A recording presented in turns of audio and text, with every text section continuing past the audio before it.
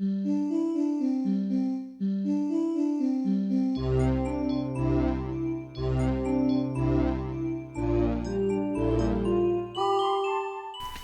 noite a todos. É com muita alegria e sob a proteção do nosso amado Mestre Jesus que nós estamos iniciando as atividades de hoje. Sejam todos bem-vindos ao Núcleo Espírita Nosso Lar. Nós estamos deixando a critério de cada um o uso ou não de máscara, embora ainda continuemos no contexto da pandemia. Mas sintam-se à vontade, mas nós oferecemos o álcool, né, em todas as dependências do núcleo, e a máscara fica, né, a critério de cada um. Para que nós possamos iniciar a nossa tarefa de hoje, para harmonizar o ambiente, vamos fazer uma prece, né? Vamos nos colocar em sintonia com a espiritualidade amiga desta casa, com o nosso amado Mestre Jesus. Ó Senhor,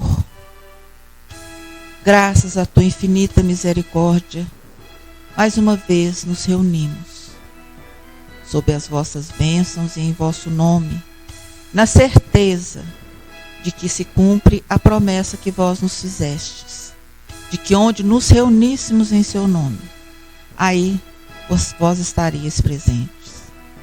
No coração de cada um de nós, eu tenho certeza que vós estás. E que neste momento possamos estar sintonizados e preparados para receber o trabalho que carinhosamente a nossa amiga veio nos trazer de um tema tão importante. Abençoe-nos, ó Mestre, hoje e sempre, que assim seja. Hoje, o tema de nossa palestra é Maria de Magdala, que vai ser apresentado pela nossa companheira, a Daniela, que é palestrante espírita e colabora sempre, né? Vocês sabem, já participaram, né, com ela aqui sempre, e ela agora está colaborando muito, nos engrandecendo com a música, né? Então nós somos muito gratos por isso e hoje gratos pelo trabalho que ela veio nos trazer, viu? Seja bem-vinda, Daniela. Gente, boa noite. Me desafiaram, aceitei o desafio de falar desse tema. Maria de Magdala. É um desafio falar desse tema, gente, para fazer jus, né, a esse espírito, a essa mulher que passou por aqui. Eu vou pedir a ajuda de vocês, né, para contribuir.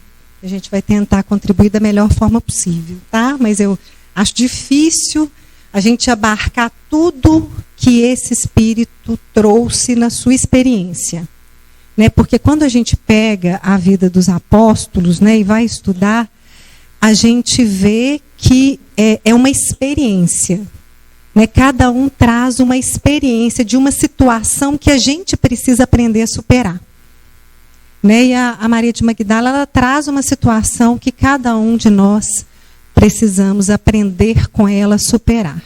Alguém já ouviu falar de Maria de Magdala? Qual que é assim, o senso comum? O que vocês já ouviram falar dela?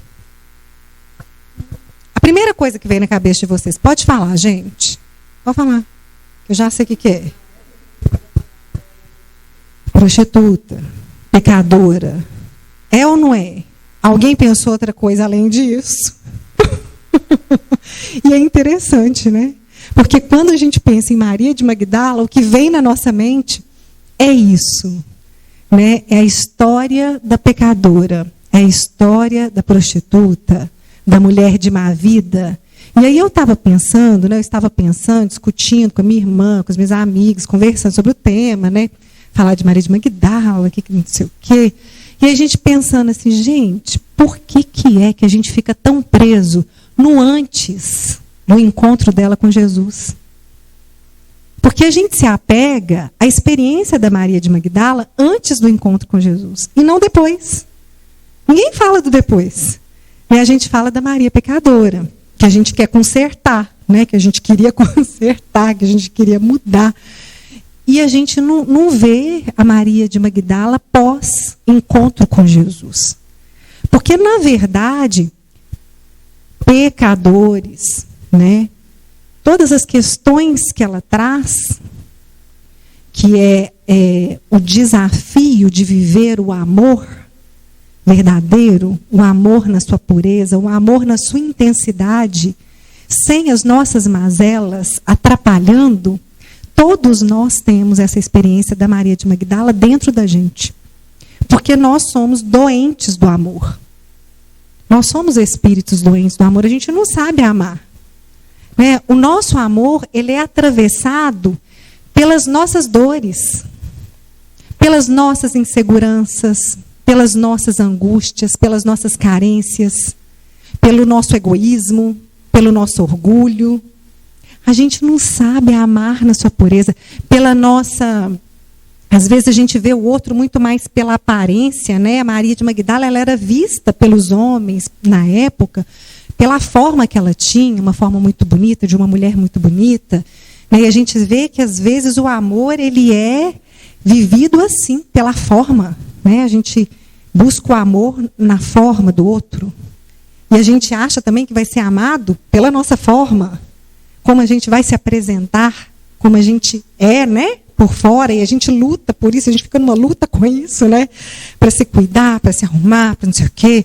Não posso envelhecer, não posso isso, não posso aquilo, é academia, não sei o quê, alimenta. E a gente fica numa loucura, né? Porque a gente acha que vai ser amado por esses recursos. E a Maria também achava que ela era amada, que ela ia ser amada, que ela era amada por esses recursos. Então, todos nós temos um pouquinho de Maria de Magdala dentro de nós, ou muito, né? Maria de Magdala dentro de nós. A diferença é que ela encontrou Jesus e fez isso aqui, ó, mudou de posição. Ela fez uma mudança de posição. Muito rapidamente, assim. Né? Eu não sei, gente, vocês, mas eu acho que eu vou precisar de umas vidazinhas para poder fazer isso. Não sei quantas. Mas eu acho que eu vou precisar ainda de umas experiências para poder fazer essa mudança de posição. Estou tentando entender, mas com muita dificuldade. Porque as nossas dores, angústias, impedem a gente de amar profundamente.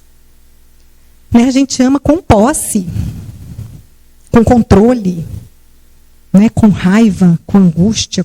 A gente ainda ama com tudo isso que dói dentro da gente ainda, porque a gente é espírito que está em processo. Né? Então a gente tem muita dor aí dentro da gente. Né? E é dor, gente. Às vezes a gente vê a gente amando, ferindo, porque a gente ama ferindo, às vezes, alguém, né? Quando a gente controla, quando a gente briga, quando a gente xinga. Mas é porque dói tanto na gente, as nossas questões, que aí a gente ama assim. Né? Filhos, amados, amores, colegas, amigos. A gente ama ainda desse jeito. Né? E a gente está aqui para aprender a amar mesmo, né?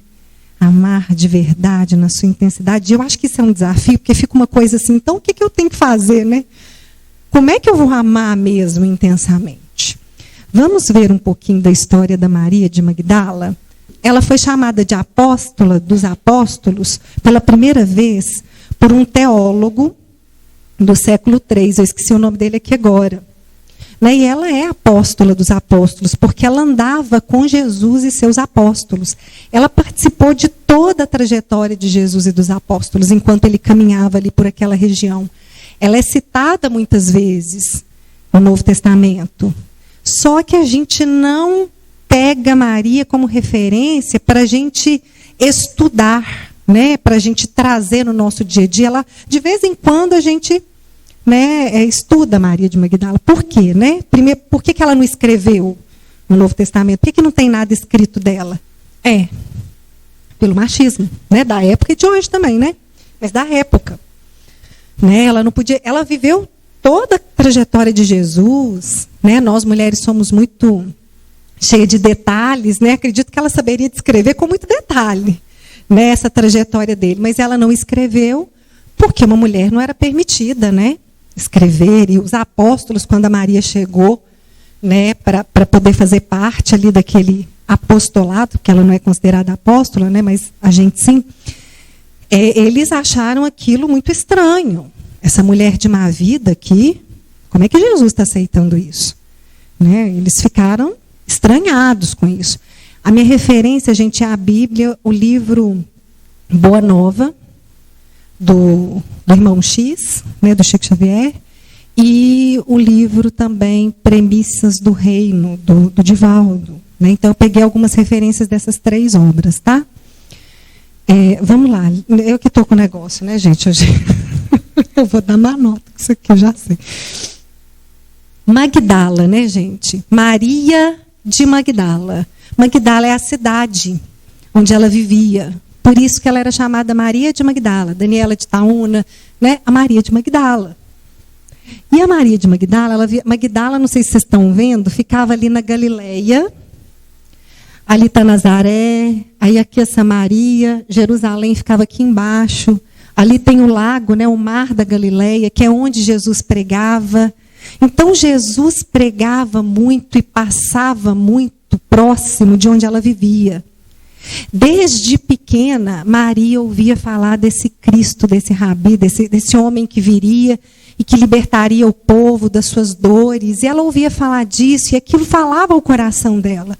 Mas era uma coisa muito distanciada.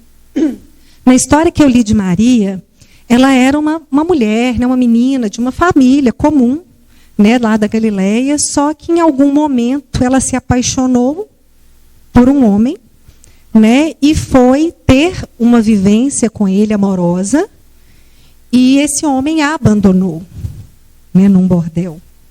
E aí ela ficou sozinha, abandonada. A família a rejeitou, porque qualquer mulher que tivesse uma vida amorosa, sexual, fora do casamento, né, ou que se separasse e viesse a ter relacionamento com outro homem, era considerada prostituta, mulher de má vida. E aí a família a abandonou e ela foi viver sozinha no mundo, né, com aquela dor, com aquele buraco, com aquele coração partido, tentando curar aquela dor, daquela vivência, né, que ela teve, daquela decepção amorosa. E aí a gente vê que na história da Maria, né, ela abre uma é como se fosse eles chamavam de uma taberna, uma coisa assim, eu esqueci o nome assim direitinho, mas era uma casa onde ela recebia patrícios, homens de poder, homens de influência da região, mas ela também era muito generosa, todo mundo que precisava passava pela casa dela. Ela construiu ao longo dessa história dela uma fortuna. E ela tinha essa casa que abrigava pessoas, ela tinha essas relações com homens no sentido de buscar o amor. O desejo de Maria era curar aquela ferida, aquela dor, aquele buraco. Eu acho que todo mundo aqui já se viu nisso em algum momento, né, gente? Ou ninguém nunca teve decepção amorosa. Todo mundo aqui é muito resolvido, ninguém sofreu por amor aqui, não. Acho que todos nós, né? Já passamos em algum momento por isso. E aí, o que a gente faz para curar? Né? O que ela fez? Eu quero um amor. Eu quero encontrar esse amor. Ela estava em busca desse amor. Então, ela se entregava ao amor, né? Para poder curar essa dor. E não encontrava. Porque, né, o que os homens viam nela era uma outra coisa. Era paixão, era desejo, era atração, mas não era o amor. Ela não recebia aquilo que ela estava buscando. Ela buscava, batia a cabeça aqui, batia a cabeça ali. E não conseguia encontrar aquilo que ela estava buscando. E ela foi caindo num tédio, numa tristeza, numa angústia, porque ela não conseguia encontrar. E tinha momentos em que ela se fechava naquela casa, fechava a casa, não recebia ninguém, que ela não queria ver ninguém, que ela entrava em depressão. Né? E aí ela veio a saber que esse Cristo estava passando por ali. Né? E que poderia curar a dor dela. Que ela poderia encontrar aquilo que ela estava buscando.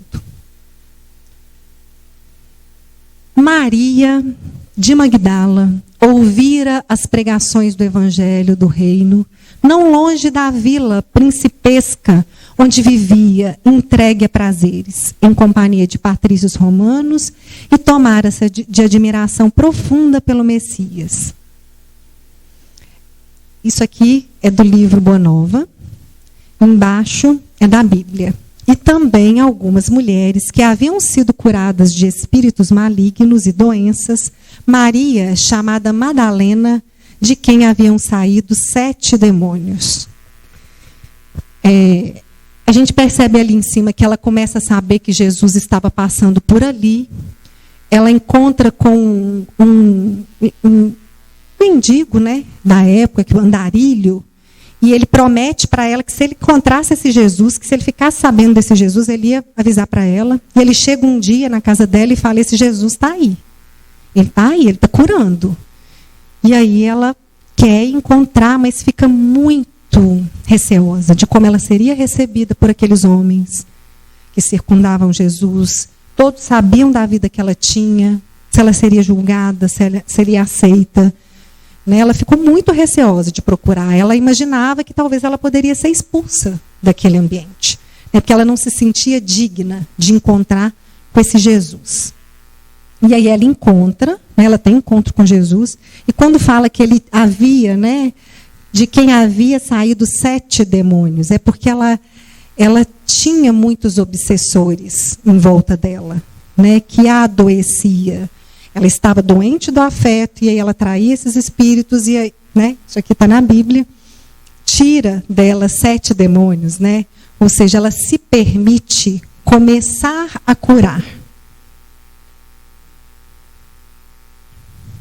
Isso aqui, gente, antes de falar, o que acontece? Eu vou pegar um pedacinho do diálogo que ela tem com Jesus. Porque Maria, então, ela cria coragem, vai procurar esse mestre e dizer para ele da sua dor e se colocar ali, ver o que ele tinha para oferecer para ela, para dizer para ela.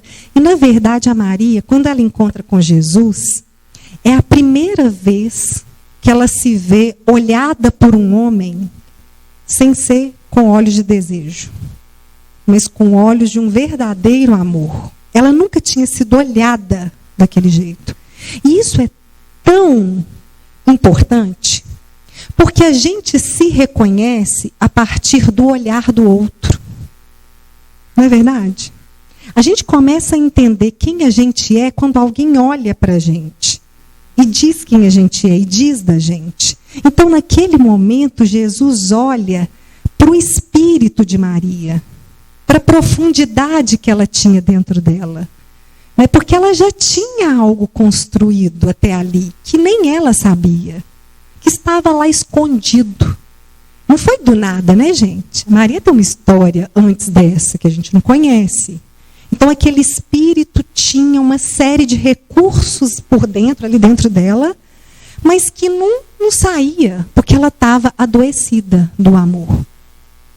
Eu não sei se vocês sabem o significado da palavra paixão, de onde ela vem. A palavra paixão, acho que todo mundo aqui já se viu meio apaixonado, ela vem do latim, que significa suportar, sofrer,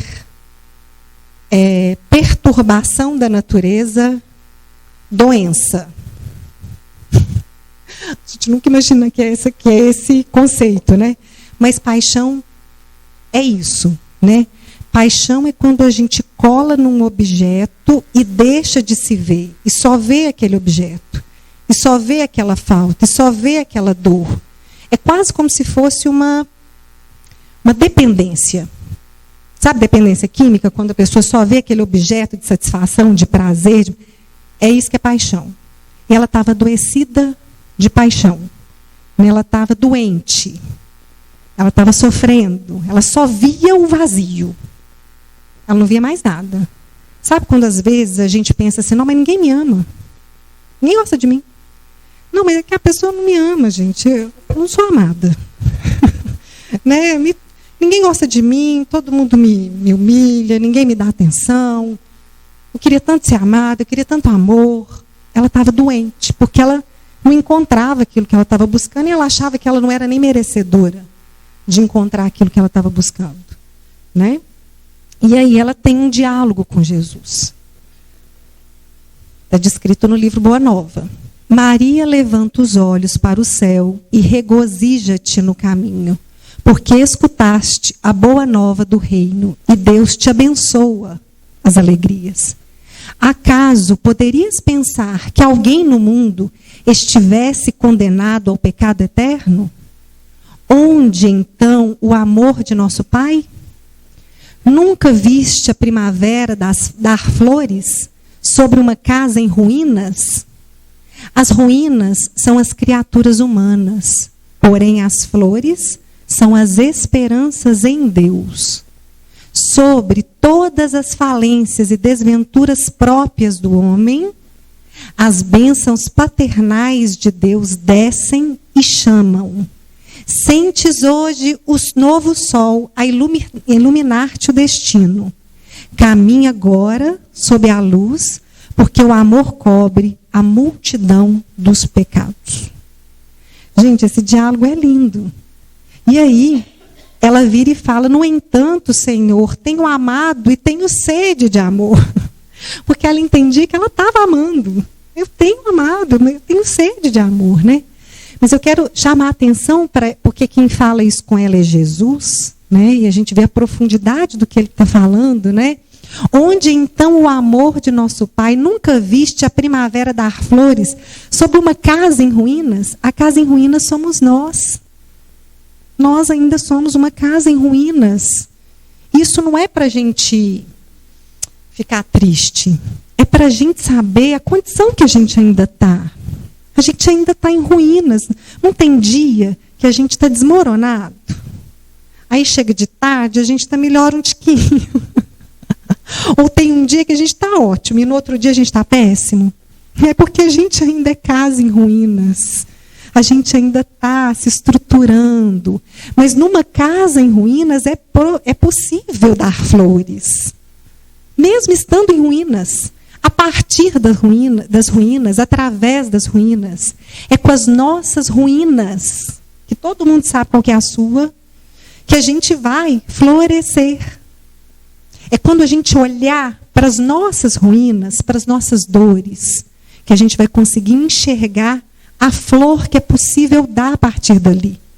Mas é um processo de muita honestidade, sinceridade e entrega que a gente tem que ter com a gente mesmo. Nesse momento, Maria se entrega para Jesus.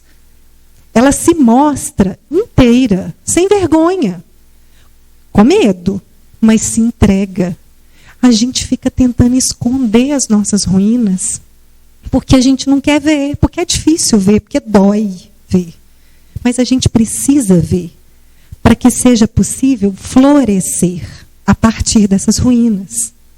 Então, isso que Jesus fala para ela é: calma, uma casa em ruínas também é filha de Deus, e vai poder dar flor.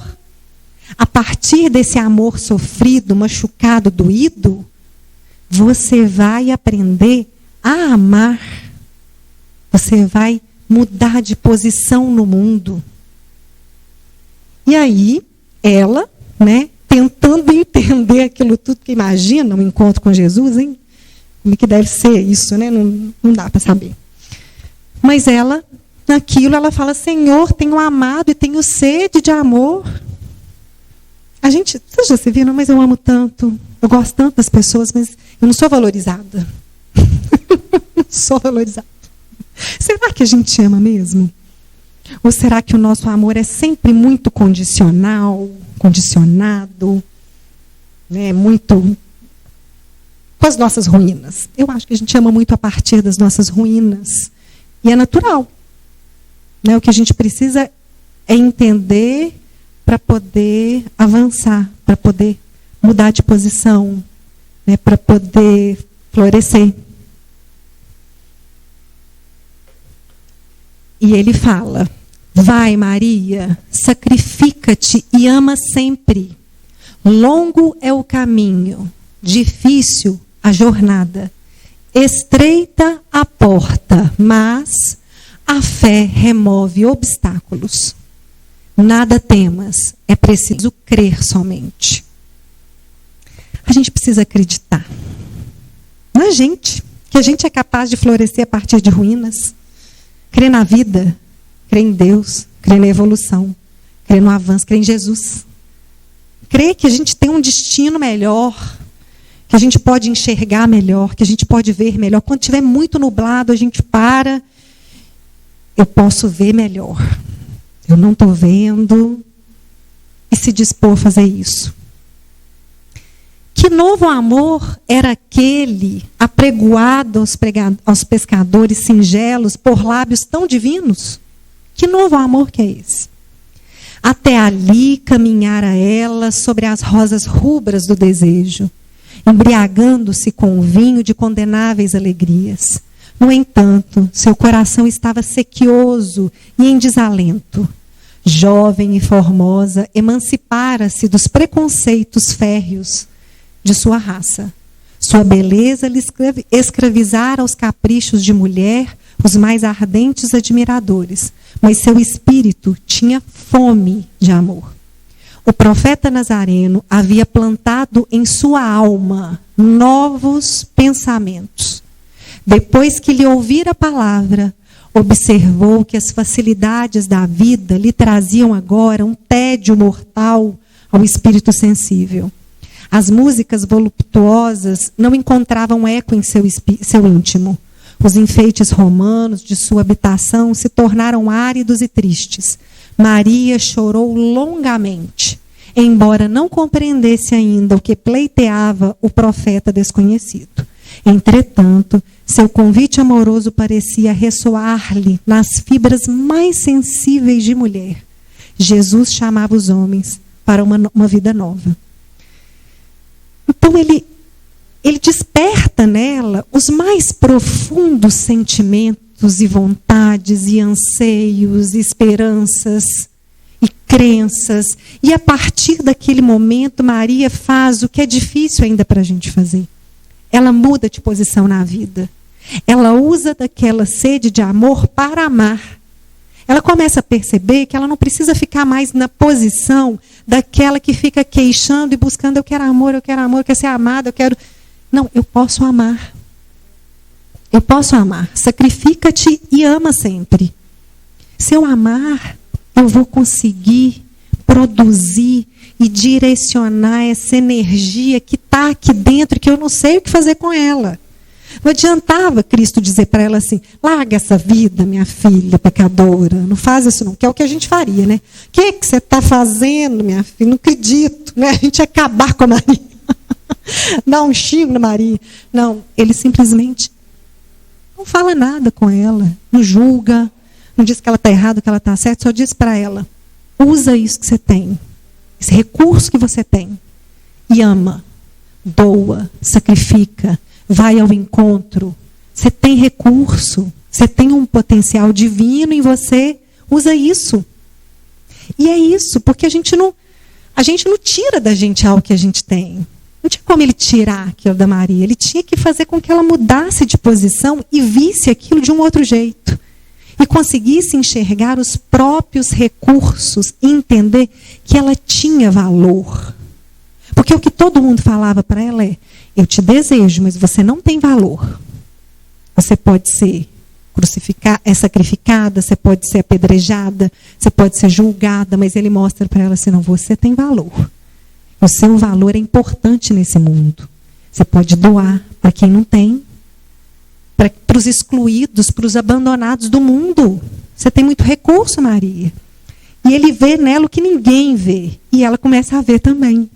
E muda de posição. E segue Jesus. E Maria, ela larga muitas posses, sabe, para trás.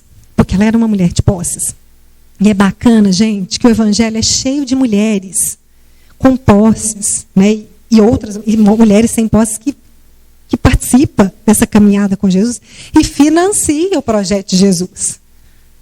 Eles precisavam dormir, eles precisavam comer, eles precisavam andar. Vocês viram, é longe, gente, não tinha carro, não. Era o negócio, era a pé, de cavalo e olha lá. Era umas caminhadas mais duras que a gente não faz nem ideia como que era andar aquilo tudo. E essas mulheres participavam disso com Jesus. As mulheres, gente, elas acreditaram em Jesus. Elas acreditaram, estavam do lado dele. Mas elas não tinham espaço de fala, né?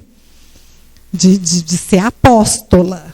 Mas você encontra em vários momentos do Novo Testamento e as mulheres lá estavam. As mulheres acompanharam. Aqui eu trouxe alguns, né? Depois disso, Jesus ia passando pelas cidades e povoados, proclamando as boas novas do reino de Deus. Os 12 estavam com ele, e também algumas mulheres, que haviam sido curadas de espíritos malignos e doenças. Maria, chamada Madalena, de quem haviam saído 7 demônios. Olha o jeito que eles falaram da Maria, gente. Ela é a que saiu 7 demônios. Mas tudo bem, vou relevar. É um mundo machista. Eu não sei quantos demônios saíram dos homens. Pode ter sido muitos, mas né, da mulher eles falaram 7 demônios. Joana, mulher de Cusa, administrador da casa de Herodes, é uma mulher muito importante, Joana de Cusa, que a gente tem conhecimento de que é o espírito que se comunica com Divaldo, a Joana de Ângeles. A Joana de Cusa estava lá, junto com a Maria de Magdala. Susana e muitas outras. Essas mulheres ajudavam a sustentá-los com os seus bens. Lucas 8, 1 a 3. Está lá no Novo Testamento. A importância dessas mulheres. Com certeza, com certeza. Essas mulheres acreditaram e era suporte para eles. Sim, são mulheres de grande importância, né, que abriam as portas com as suas relações em cada lugar que ele chegava, e elas apresentavam, e elas participavam. Então, a importância das mulheres no projeto de Jesus, né, da construção da Boa Nova, do reino de Deus na Terra. Então, é uma importância fundamental. Muitas mulheres estavam ali, isso aqui é na crucificação. Muitas mulheres estavam ali observando de longe. Elas haviam seguido Jesus desde a Galileia para o servir. Entre elas estavam Maria de Madalena, Maria, mãe de Tiago e de José, e a mãe dos filhos de Zebedeu. A gente vai encontrar várias mulheres, mas a Madalena está sempre lá, fiel. Algumas mulheres estavam observando de longe, entre elas estavam Maria Madalena, Salomé e Maria, mãe de Tiago, mais jovem. Na Galileia tinham seguido e servido Jesus. Muitas outras mulheres que tinham subido com ele para Jerusalém também estavam ali. As mulheres acompanharam, né, o Jesus ser crucificado, toda a sua caminhada até ser crucificado. E os homens não deram conta, né? E aí a gente nem julga, nem vou julgar, né? Mas todos os apóstolos abandonaram Jesus naquele momento, mas as mulheres estavam lá, né, acompanhando esse momento.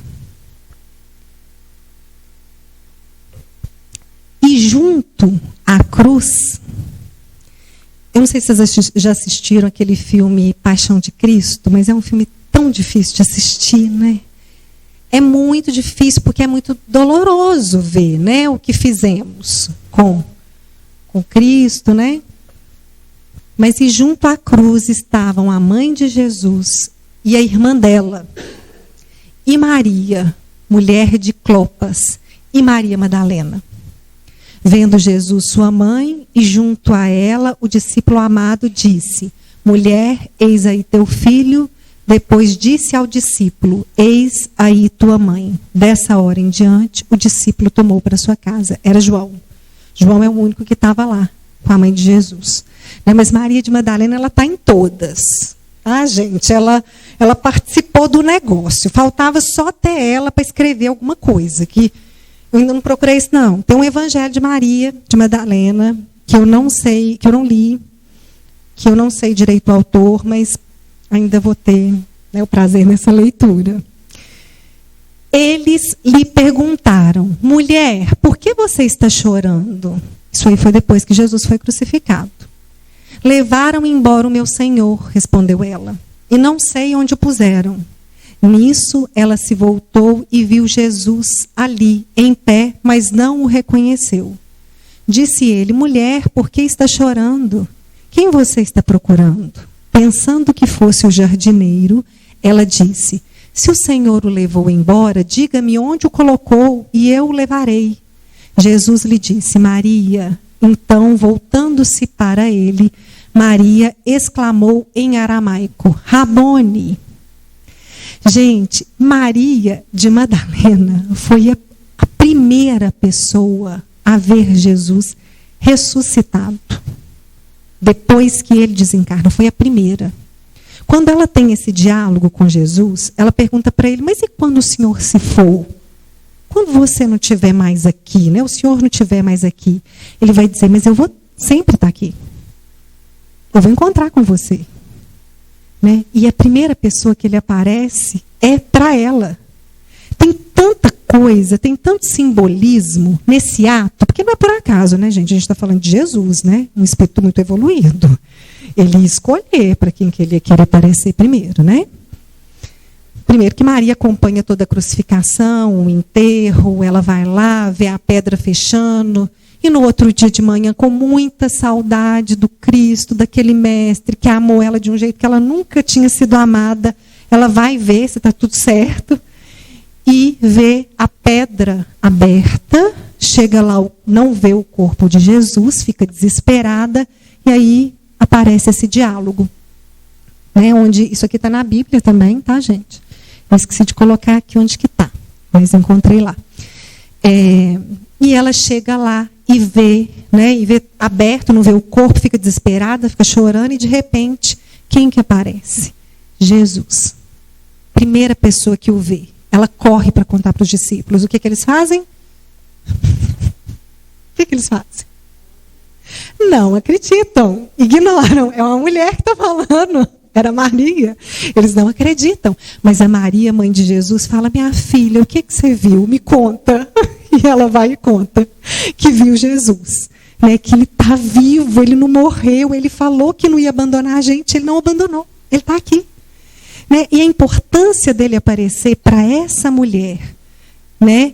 É um jeito de reconhecer para todos o merecimento que aquele espírito teve de ser o primeiro para testemunhar que ele não morreu. Porque Jesus não morreu. Porque a vida continua. Que ele está conosco. Porque a gente pode confiar. Essa é a mensagem. Ele está com a gente. Ele está aqui. Se eu chamar, ele vem. E faz parte da minha vida. Eu posso contar com ele. E ela se sente muito esperançosa e muito feliz. Ele não foi embora. Ele está aqui. Ele prometeu que ia voltar e ele voltou. O reino de Deus é para todos, é até para mim, que fui pecadora, que fiz tanta coisa, é para todo mundo. Isso é, gente, é muito transformador para aqueles apóstolos e para todos nós, porque muda tudo. Né? A vida continua, o reino de Deus está aí. É isso que ele quer dizer, é essa mensagem. Né? Igualdade. Somos todos iguais. Exato. E aí depois eles veem Jesus, né? Depois eles veem. Mas depois, né? E aí, gente, eu queria voltar aqui. Depois que isso acontece, Maria fica ali querendo encontrar o seu lugar, né? Porque ninguém quer ficar com Maria mais. Ela não é aceita mais no bordel, porque aliás, até aceitam, mas ela já não quer mais aquela vida. Ela já não, ali não a cabe mais. Ela abriu mão da fortuna, de tudo. Ela tenta caminhar com os discípulos e eles falam, Maria, sua vida pregressa, vai ser difícil, a gente não vai dar conta de bancar isso não. Não com essas palavras, né? Mas é mais ou menos isso que eles dizem. A gente não vai dar conta de bancar isso não. É uma fé nova, a gente tem muita luta pela frente. Tchau, Maria. Deixa a Maria sozinha. Ela fica isolada, né? E triste, chorosa, ali naquele lago de Genezaré, né? Com aquela solidão e aquele sofrimento todo, com saudade daquele rabi. E aí, o que Maria encontra? A oportunidade de viver tudo que Jesus ensinou para ela. Certo dia, um grupo de leprosos veio a Dalmanuta. Procediam daí no Idumeia aqueles infelizes, cansados e tristes, em supremo abandono. Perguntavam por Jesus Nazareno, mas todas as portas lhes fechavam. Maria foi ter com eles e, sentindo-se isolada, com amplo direito de empregar sua liberdade, reuniu-os sob a árvore da praia e lhes transmitiu as palavras de Jesus, enchendo-lhes os corações das claridades do Evangelho. As autoridades locais, entretanto, ordenaram a expulsão imediata dos enfermos. A grande convertida percebeu tamanha alegria no semblante dos infortunados, em face de suas fraternas revelações a respeito das promessas do Senhor, que se pôs em marcha para Jerusalém, na companhia deles. Todo o grupo passou a noite ao relento, mas sentia-se que os júbilos do reino de Deus agora os dominavam. Todos se interessavam pelas descrições de Maria, devoravam-lhe as exortações, contagiados de sua alegria e de sua fé. Chegados à cidade, foram conduzidos ao Vale dos Leprosos, que ficava distante, onde Maria penetrou com espontaneidade de coração. Seu espírito recordava as lições do Messias e uma coragem indefinível se assenhorava de sua alma. Gente, Maria estava sozinha, isolada, abandonada, ninguém queria escutar, né? Ela não tinha espaço pelos preconceitos da época, por ser mulher, por toda a sua história. O que ela faz? Ela tem olhos de ver aqueles que estavam como ela, que eram como ela, excluídos do mundo, isolados do mundo, abandonados do mundo. Nem as autoridades se preocupavam em cuidar desses enfermos. Eles eram excluídos da vida cotidiana. E aí ela foi até eles, porque ela queria dizer para eles assim: deixa eu contar um negócio para vocês. Vocês são excluídos do mundo, mas do reino de Deus vocês não são, não. Nós somos todos iguais. No reino de Deus, vocês fazem parte. Vocês têm direito. Jesus ama vocês. E ele veio para contar para a gente um monte de coisa. O que é o amor? O que é o perdão? O que é a igualdade? O que é fraternidade? E ela começa a contar todas as histórias e vivências com Jesus, e eles se enchem de alegria e ganham uma nova esperança de que aquela condição é passageira. Né? De que aquilo não era para sempre, que tinha um reino à espera deles. E aí eu convoco a gente a pensar: quem são os excluídos do mundo hoje, gente?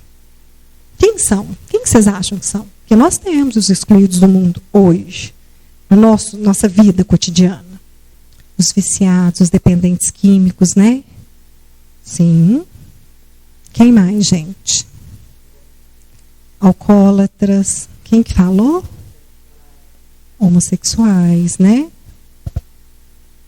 A LGBT-fobia, né? Tá aí, as pessoas que são diferentes, né? O diferente. Aquele que não se encaixa. Né? Aquele que a gente atribui um mal, uma doença, um problema, como se a gente fosse muito são. Não se encaixam no padrão da sociedade, né? Como é que é seu nome mesmo? Vânia. Exatamente, Vânia. Não se encaixam no padrão da sociedade. Todas essas pessoas são os excluídos. E a gente se depara com isso o tempo todo, assim, na nossa vida, no nosso local de trabalho, no nosso cotidiano.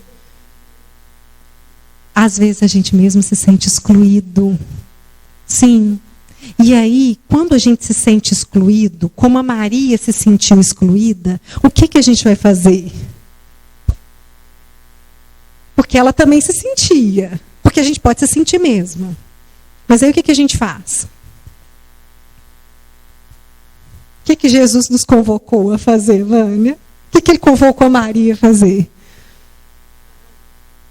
Ama, ama, ama sempre. Vai ao encontro desse que você reconhece. Porque quando a gente se sente excluído, se dá valor. Eu tenho algumas amigas, a gente trabalha num projeto social lá em Itatiaia-Sul, que a gente acolhe famílias que foram desalojadas da barragem de lá. E eu tenho uma amiga que a gente sempre fala assim: a gente tem um olho diferente, né? É porque a gente que já passou muita coisa, já viveu muita coisa, a gente consegue olhar de um outro jeito. Porque a gente já se sentiu, às vezes, excluído, ou até com alguma questão que nos atravessou. Então, a gente consegue enxergar aquela pessoa que está passando por uma situação de um outro jeito, a gente consegue sentir a dor mais fácil.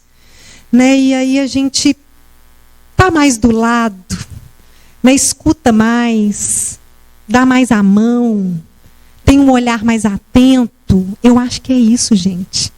A gente nunca vai conseguir sentir a dor daquela pessoa, exatamente a dor daquela pessoa. Né? Quando a pessoa passa por racismo, LGBTfobia, as pessoas que estão em situação de rua, as pessoas que estão vivendo alguma situação de dependência química, ou qualquer situação. A gente não vai conseguir saber o que aquela pessoa está passando. Mas eu consigo ter uma compaixão por aquela dor. E aí, se eu der a mão, mas ninguém deu a mão, mas eu vou dar a mão. Se eu escutar um pouco mais, se eu der espaço para que ela exista, porque às vezes a gente exclui tanto que a pessoa passa a não existir, né? Mas que ela existe, ela vai ter espaço aqui. Onde eu estiver, ela vai ter espaço. Ela vai ter lugar, ela vai ter vez, ela vai ter voz, ela vai ter escuta. É isso. Jesus está nos convocando a isso, gente. Porque a dor do outro, a gente não consegue sentir, mas a gente consegue escutar, a gente consegue dar a mão, a gente consegue dar espaço. E se fosse eu? E se eu estivesse naquele lugar? Como é que seria? Eu nunca vou saber o que ela passa, mas o que eu consigo fazer aqui para promover a existência dessa pessoa nesse contexto, na minha vida, nesse espaço onde eu trabalho, no espaço aqui da Casa Espírita, dar espaço aqui para que as pessoas falem, para que as pessoas participem, para que tenhamos voz. Né? Todos. Sem distinção. Isso é fundamental. Né? Nós estamos dentro de uma casa espírita. A gente precisa fazer isso aqui. A gente precisa fazer isso no nosso ambiente de trabalho, nas nossas casas, nas nossas famílias. Né? Se a gente se sente excluído, que a gente cuida de quem a gente também acha que está excluído. Né? E entender que a gente não é excluído para Jesus. Podem nos excluir, mas Jesus não nos exclui, não. Porque a pessoa que está nos excluindo, deixa ela lá, com os conceitos dela. É uma lição. É exatamente, dona Ângela. Foi porque ela passou por isso que ela conseguiu ver os leprosos. Que ela falou, gente, espera aí, eu estou isolada, eles também. Deixa eu ir lá, abraçar. Ficou 10 anos lá. Adoeceu. Compaixão, adoeceu também e morreu com essa doença. Né? E quem a recebeu? Jesus. Ela foi recebida por Jesus. Né? E eu acho que a Maria de Magdala, ela nos ensina isso. Eu posso estar em ruínas, mas eu consigo mudar de posição. Se eu ver sob um outro ângulo. Né? Eu consigo fazer algo ali no meu meio. Ninguém me deu atenção. Todo mundo me isolou. Mas eu enxerguei ali uma turma que precisa de mim. Os leprosos precisam de mim. Mas eles precisam de mim. Ela não estava buscando palco. Né? Ela foi lá onde que precisava dela. Exato. Então isso é uma grande lição para todos nós. E uma grande lição para a gente entender o quanto a mulher precisa ter vez e espaço em todos os lugares, né? Porque a mulher também às vezes é excluída, né? Eu trabalho num lugar com muitos homens e assim a gente ter voz é uma luta, né? Até dentro de casa, né? A gente poder ter voz, nossa, você tem que lutar para aquilo, porque é muito difícil, mas a gente dá nosso jeito, né, gente? A gente tem nosso jeitinho, mas é isso, a gente entender, né, que uma mulher ela tem espaço, ela tem lugar. E olha a singeleza dessa mulher, que esteve em todos os momentos ali do lado, parceira de todos. Teve a chance de ser a primeira a ver Jesus depois do desencarne. E teve essa experiência para nos trazer. O que é amar, né? Sem receber nada em troca. Vou doar, vou amar. É um desafio, né, gente? Mas vamos cuidar das nossas ruínas, porque elas podem dar flores. Não vamos também jogar fora, não. O que a gente tem, né? Porque não tem jeito de jogar fora. A gente não tem jeito de jogar a gente fora. Que a gente fica assim, mas eu tinha que tirar isso de mim. Não tem jeito de tirar da gente. É aprendizado. Vamos cuidar das ruínas, cuidar, ver o que é, fazer florescer, ir avançando, né? E que a gente vai ter oportunidades, porque as oportunidades elas chegam para a gente florescer. Porque Deus espera, né? Jesus espera que a gente ocupe mesmo a vida com flores. Ele espera isso de nós e nós podemos fazer isso, porque a gente tem, cada um de nós aqui tem muito recurso. Né? As nossas ruínas, elas estão doidas aí para florescer e para, né, construir um mundo melhor. Um mundo melhor aqui, ó, para a gente mesmo, né? Que começa aqui. Muito obrigada, gente. Uma grande oportunidade estar aqui, é um grande aprendizado. Tá, a dona Ângela falou da música, mas é uma coisa que a gente está retomando, então está sendo um desafio, mas a gente vai estar aqui guerreiro e conto com vocês, cantando com a gente, para a gente continuar.